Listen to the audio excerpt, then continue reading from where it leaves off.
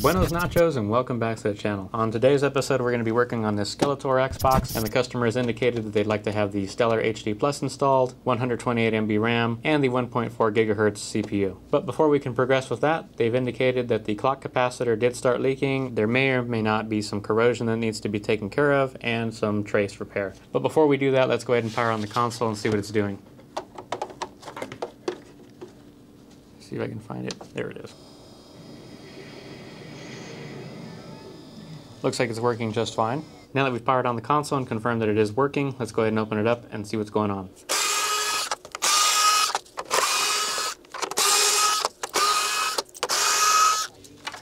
Doesn't get any easier than that. I was wondering where that screw flew off to, or rolled off to in this case. All right, I get the feeling that there might be a large hard drive in here.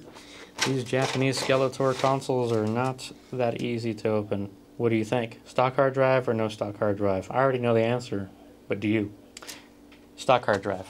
Looks quite clean inside, if I may say so myself. Customer has taken very good care of their console.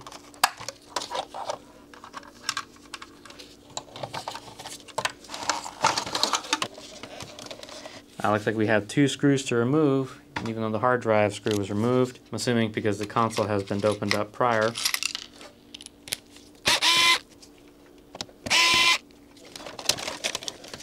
Tell you, this console's in better shape than the Skeletor console I opened up prior. It does, however, unfortunately have this fan right here. A lot of people would like to have the fanless heatsink, and I don't blame them because I've seen the fans die, but I've not seen a console die from the fan dying. Everything looks to be in quite good condition in here. Let's go ahead and take a look with our microscope. And of course we did have some corrosion at one point in time, but it does look like it's been cleaned up. Pretty decent job cleaning it, if I may say so. And the clock capacitor has even been removed the proper way. Quite surprising. Well, now that we know this console is in decent condition and we don't have anything to worry about as far as it not working before we start repairs and before we start our modifications, we can progress. We'll remove all these screws and see if there's any trace damage that was caused by the clock capacitor. And that looks like that's all of them. In case you're wondering why I did that, it's to discharge the power supply of any residual juice. And now the momentous of truth.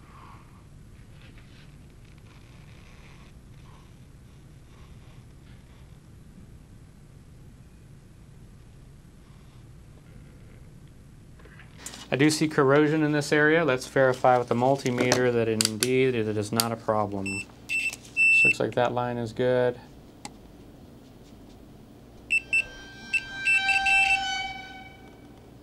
So this line needs a little bit of work. So the two bottom lines probably will need a little touch up. Let's go ahead and scratch off the coating.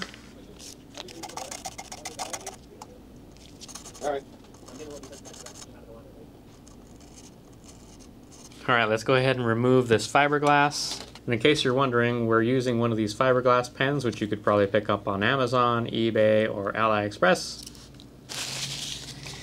Now that we've removed the coating on the board, you can clearly see where the damage is going. We do have a little bit more to remove on this side.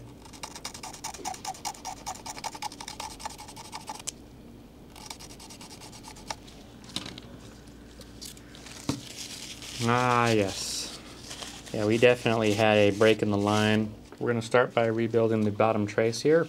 And I, of course, will be using some thin wire. Alright, and we'll go ahead and line this thing up with some flux. And that'll just make it easier for this wire to adhere to the area that we're working in. And we're going to be using a T15-BC1 soldering iron tip. We'll of course lower this thing down to 350, which probably is a little too much still, but that's okay.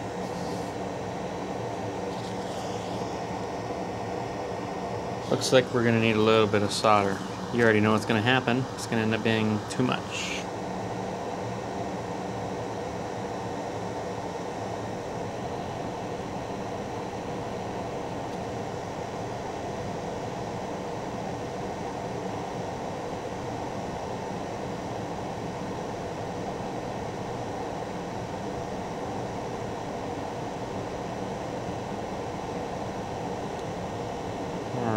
Probably want to tack it down right over here.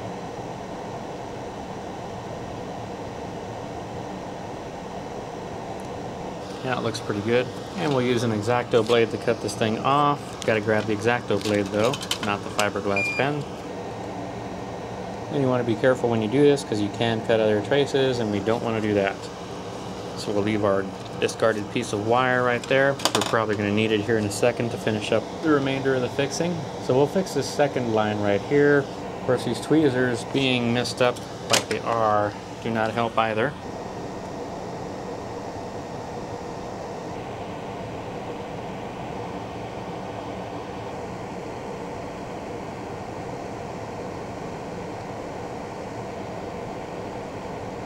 Alright, and I think that'll do as far as tacking down this side. Now let's go ahead and cut off the excess.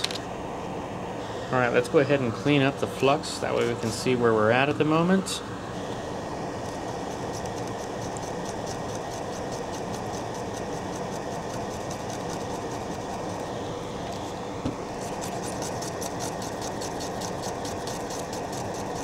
Looks like we do have something moving over here. That could just be a part that did not get solder on it.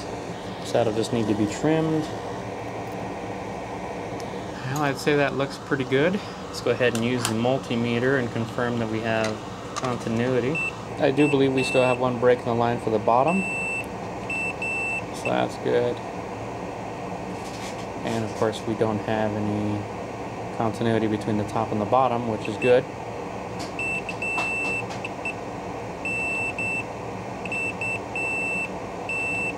Alright, we do have some more repairs to perform on the second from the bottom, and of course on the bottom line.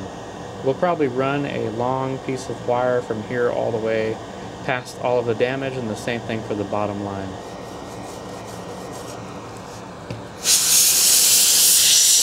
Probably going to need a little bit more cleaning.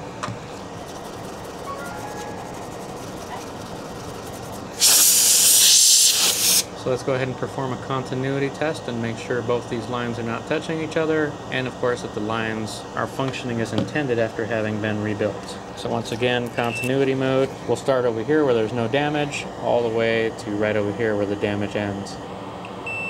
Looks like we're good.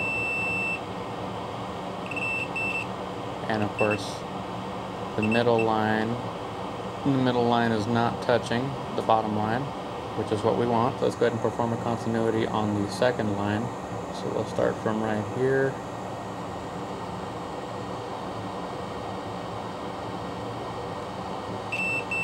And we do have continuity. The second line closest to the center is of course not bridged with the third line or second line from the bottom. So we're all good there. And the eject button works just like it should. Of course it did prior.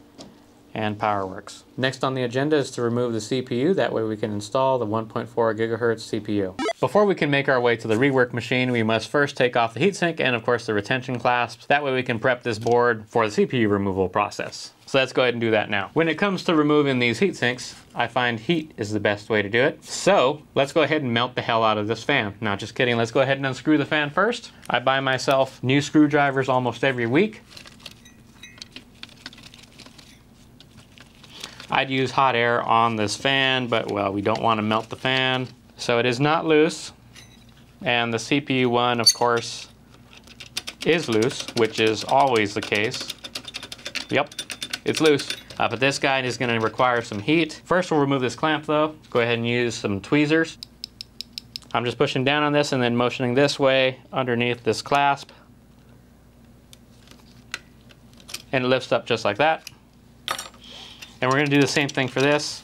So I push down on this, insert the tweezers right here, and it lifts right up like that. And of course this comes off no problem. Look at how old that paste is right there. Probably 1,000 years old. Because as many of you know, this thing came out in like the 1940s. Definitely amazing technology for its time. Kind of makes you wonder how history would have unfolded if this technology had fallen in the wrong hands. We're now going to use some hot air. You could probably get away with like 200 Cs or something. If you don't do something like this and or have already had the console on for like 5-10 minutes just sitting there idle, you could rip off that GPU. We've seen it happen a couple of times and we don't want it to happen here. I'm going to go in a circular pattern for about a minute or so, and then we should just be able to pry up this heatsink no problem. It is moving. And there it goes. And that, my friends, is how you remove the Xbox heatsink. Now, is it safe to touch? Well, let's find out.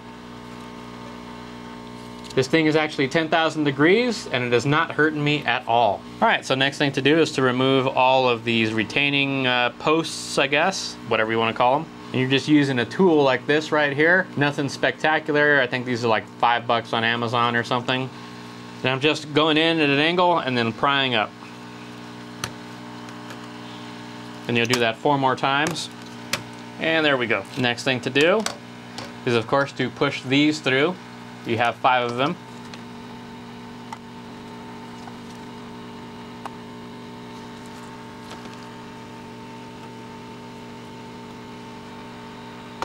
And make sure you're careful. You don't want to smack around some traces or knock off some capacitors or resistors.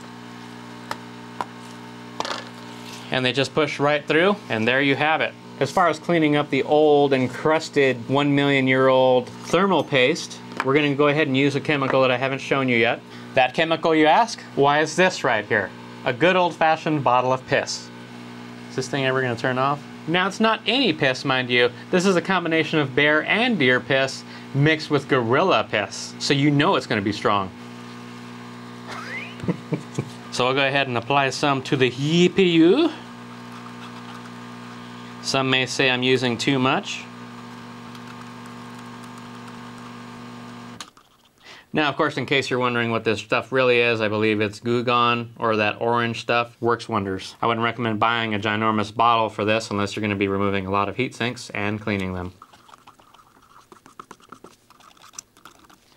So there you have it. We're going to let this bottle of piss do its thing for a couple of minutes, and then we'll be back. One interesting thing to note down about using this particular chemical is if you don't clean it off, it will cause popcorning with the board. I've seen this stuff cause popcorning for the Xbox 360 GPU and CPU, so you definitely want to clean this stuff off with a couple of rounds of alcohol. All right, so now that you've allowed the bottle of piss to do its thing for a couple of minutes, it would be, of course, worthwhile to use one of these spatula tools right here. If you don't have one of those, you can use an X-Acto blade, maybe a butter knife or something, so whatever you have in your vicinity.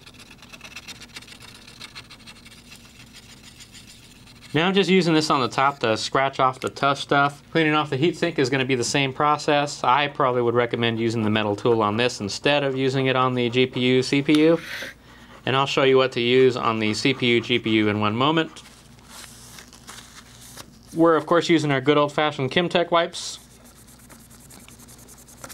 which you can purchase using the Amazon affiliate link down below. That'll allow me to earn probably a fraction of a penny, and we all know that keeps the lights going around here. All right, so now you have your CPU and GPU heat sinks clean. Not that I'm gonna be reusing this one, and you'll see why in the future. For now, we'll set those to the side. Next thing is to, of course, clean off the CPU and GPU. We're gonna do a deep clean on that, and I'll show you what I'm gonna use here in a moment. And now I've rolled on back. I recommend you use a brush like this.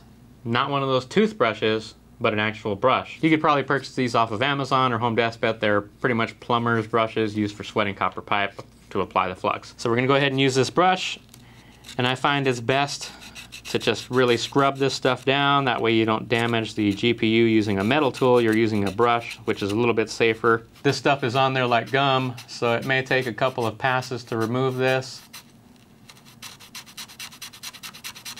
I've seen some people use some WD-40 to clean this stuff off. You could also use Cheeto grease if you choose to do so, though I do not recommend that method. Oh yeah, that just slid right off.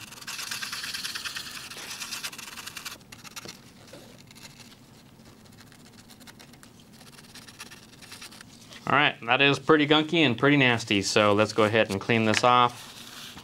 We're using our Kimtech wipes to take the majority of this mess off. Definitely quite a bit of grime on here, as you can see. All right, now the next thing to do is to spray this down with alcohol. We're probably gonna do about 2-3 rounds of this stuff, just because I don't wanna take this board over to the ultrasonic tank at the moment.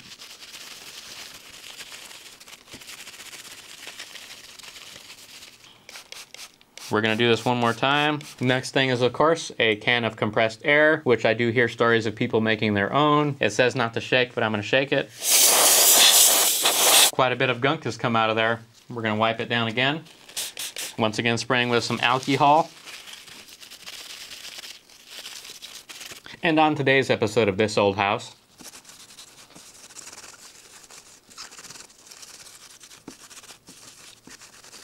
all right, one more time with some alcohol.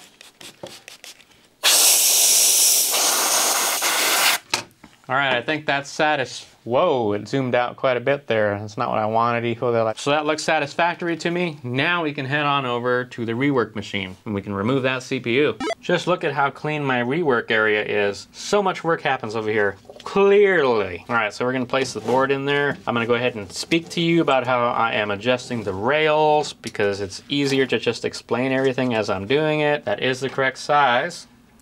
Let's go ahead and put that on there. Now that we have our board on here, we can go ahead and proceed to removing the CPU. All right, so we started the rework machine. We've begun our profile. All right, I believe we're at temperature, so we're gonna go ahead and remove the CPU. Get our vacuum going. And there you go. Go ahead and stop our machine. Next on the agenda is, of course, to clean off all this solder, also known as soldering. So we'll go ahead and apply some flux to make our job a little bit easier for the removal process at least. All right. And I'm just floating on top of this. Nothing special, nothing spectacular. Next thing to do is, of course, to clean off the residual solder. Like I said, I'm just floating on top of this thing. I'm not pressing down because you don't want to have delamination. Not that that's the end of the world. The less work we have to do on this, the better. All right, so let's go ahead and wipe off this flux. Go ahead and spray it down with some good old-fashioned alcohol. Clean it off again. And I'm gonna do it one more time, but I'm using a can of air.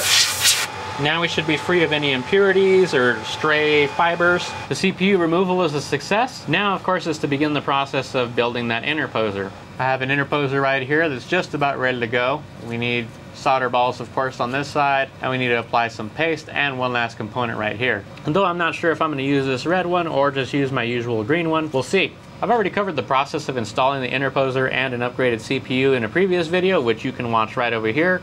So we're just going to skip right ahead to showing the CPU working, and then of course from there we're going to go ahead and install some RAMs. All right, and now the momentous of truth here.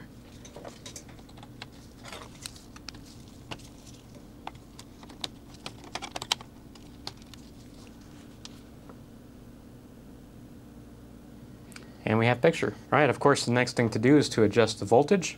At this point in time, we'll have to perform a voltage adjustment. We'll be doing this, of course, based off of a balance of temperature and stability. You may find that you may have to go lower than the 1.4 volts. And this is, of course, going by the guide, which has been provided to us. I do want to thank Ace Mods and Computer Booter and anyone else that has provided us the valuable information in order to perform these 1.4 gigahertz mods. And you, of course, can check out the GitHub and view the voltage modifications yourself for all of the version Xbox consoles from 1.0 all the way through 1.6.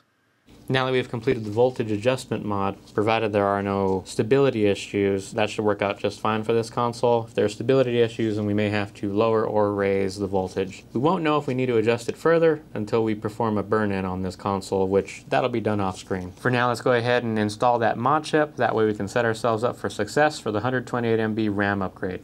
So as you can clearly tell, someone has already taken the liberty of installing this header. Take a look and see how these joints look. Looks like there's some work needed on these joints. So let's go ahead and add some good old-fashioned flux. And we're of course going to need to turn on our vacuum. Now you can get away with 350, or if you're quick enough, you could probably do 450C on your temperature. I found that using a little bit more heat for this header is a little bit better than not using enough heat.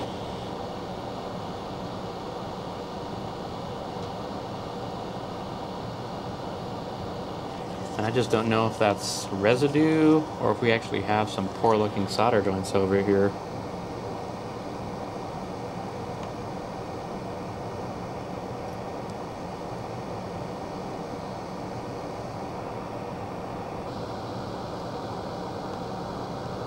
I think we're all set. Let's go ahead and clean this off. That way we can verify that the solder joints are looking pristine.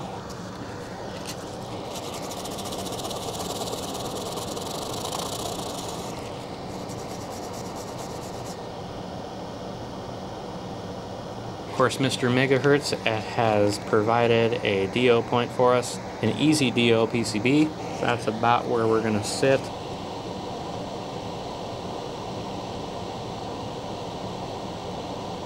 Alright, that should be good enough for now. We'll go ahead and get this bottom tack down before we fix this top part.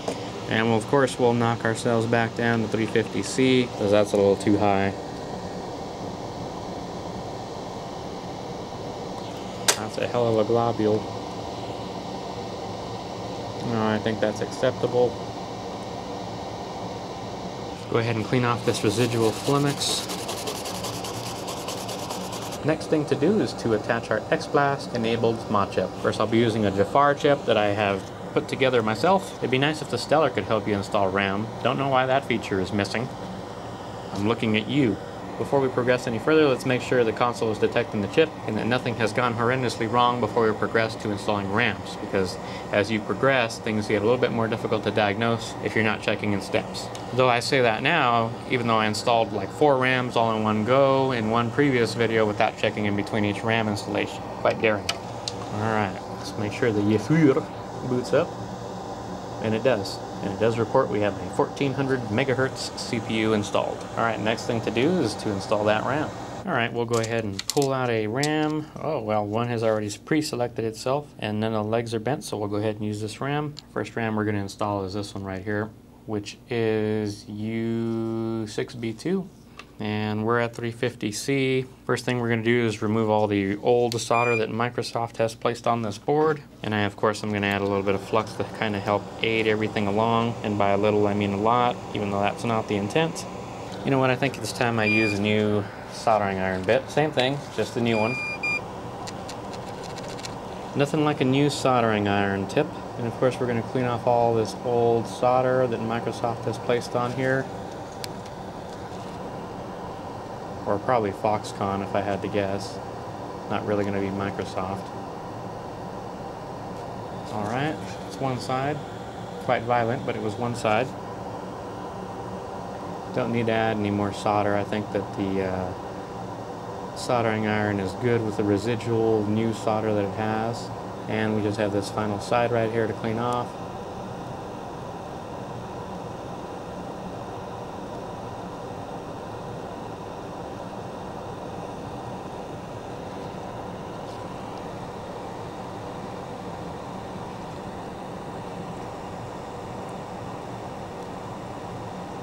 I think that'll be good enough. Now that we have the pads cleaned, we can go ahead and place our RAM chip on here, or as many people would call it, the RAM brick. And while U6B2 is not on the same side as the white dot, it is down here, and that is going to be the orientation you want this. Next thing to do is, of course, align this thing properly, which is essentially the most important part of installing this RAM brick, because if you don't have it properly aligned, you're just going to set yourself up for failure and more difficulties later. I'm sure we can do better, but I don't want to spend all day on it. So the next thing to do is, of course, add some solder. We're going to use some liquid lead-based solder, and of course we're going to resume to turn on our vacuum. So I'm just going to place a couple of dabs on a couple of these corners. That's too much.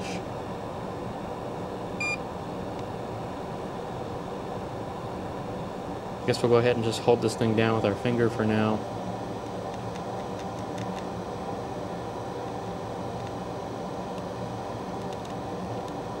We want to get this thing tacked in so that we don't have to worry about aligning this chip.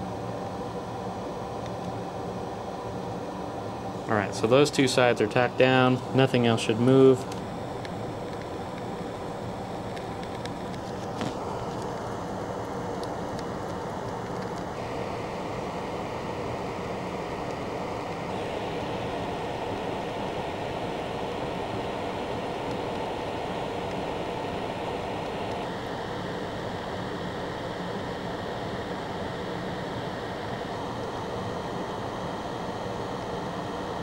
Alright, let's go ahead and clean off all these joints and see what we're working with. We finished soldering up that RAM brick, so let's go ahead and see if it works. Alright, we have the red LED over here, now it's green, and XBlast has booted in. Let's go to Settings, Tools, 128 MB RAM test.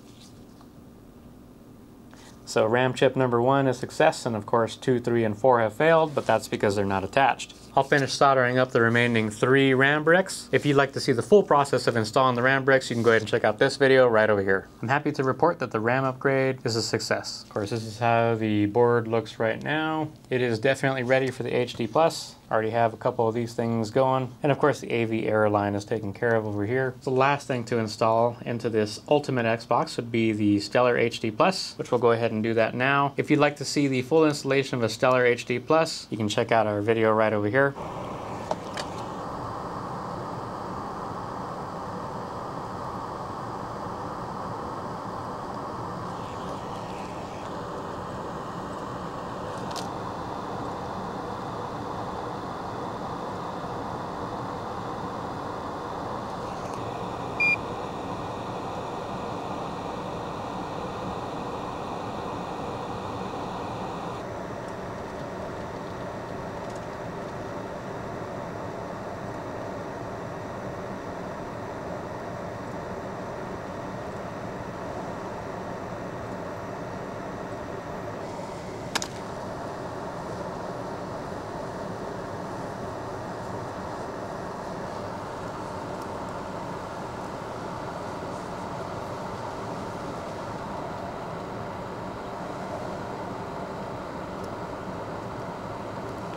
Now I broke down. We had to end up using some desoldering wick. See if that does the trick there. And we of course don't want to remove too much of this solder.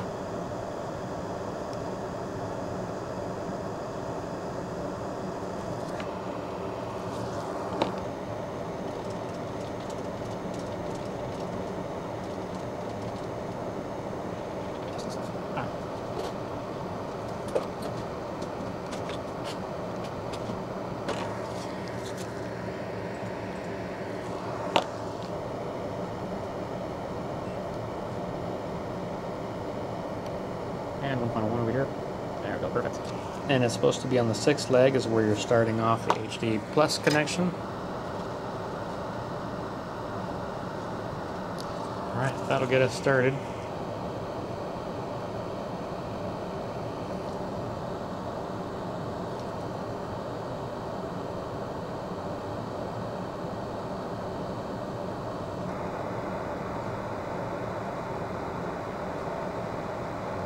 Alright, that looks pretty good. Next thing to do is solder up the wires, plug in the flux, and of course plug in the Stellar mod chip.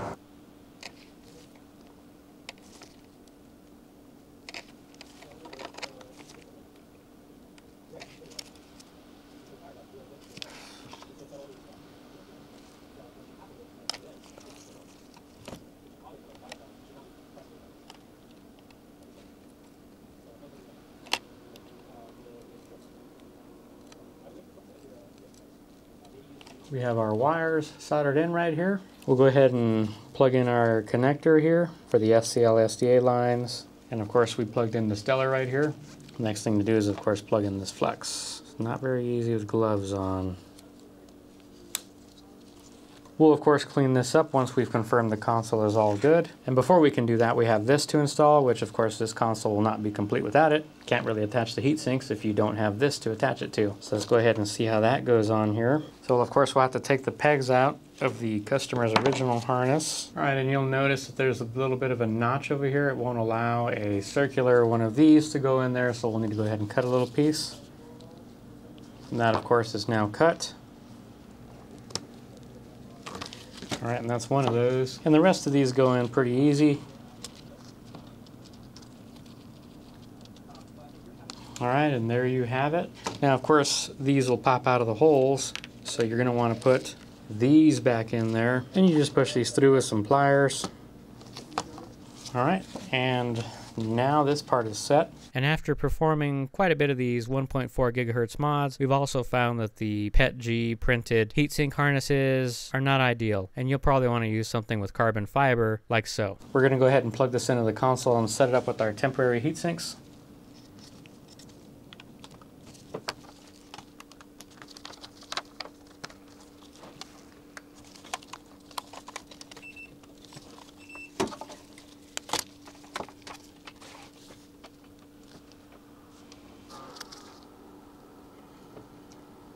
Now it looks like it's booting up. Let's go ahead and go into the Stellar OS menu.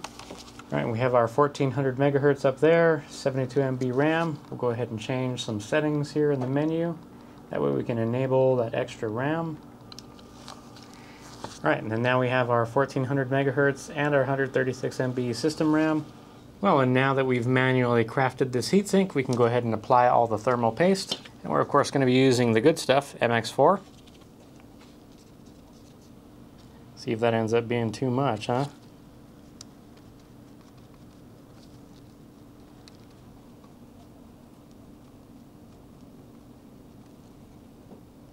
And that looks like that'll do. So now that that's all set, get our heat sinks installed.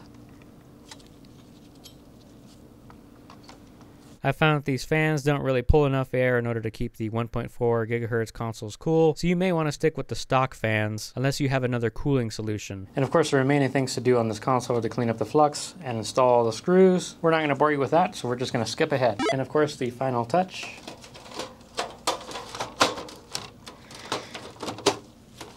Don't know why the customer elected not to go with a SATA setup for their hard drive, but maybe this isn't the ultimate Xbox, but it's close. Go ahead and plug in that controller, get our HDMI going, and of course we can't start this thing without power.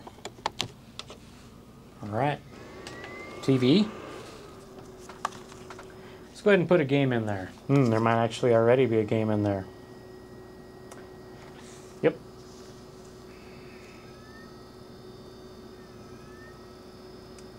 It's apparently scratched. I think we're going to try out a different game. It's got a bit of a haze to it. We'll try out Halo instead. Nah, there it goes.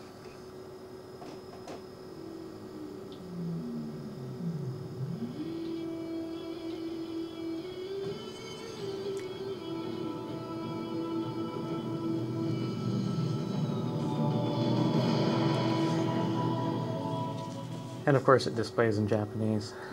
And you've been shown a snippet of what goes into one of these consoles, from installing the Stellar HD Plus to installing the 128 MB RAM, as well as the 1.4 gigahertz CPU. I of course have put these videos out in the past, and you can check them out in the links down below. I have more of these consoles to work on, so if you found this video helpful or useful, please remember to leave us a like and subscribe. Thanks for watching. Until next time.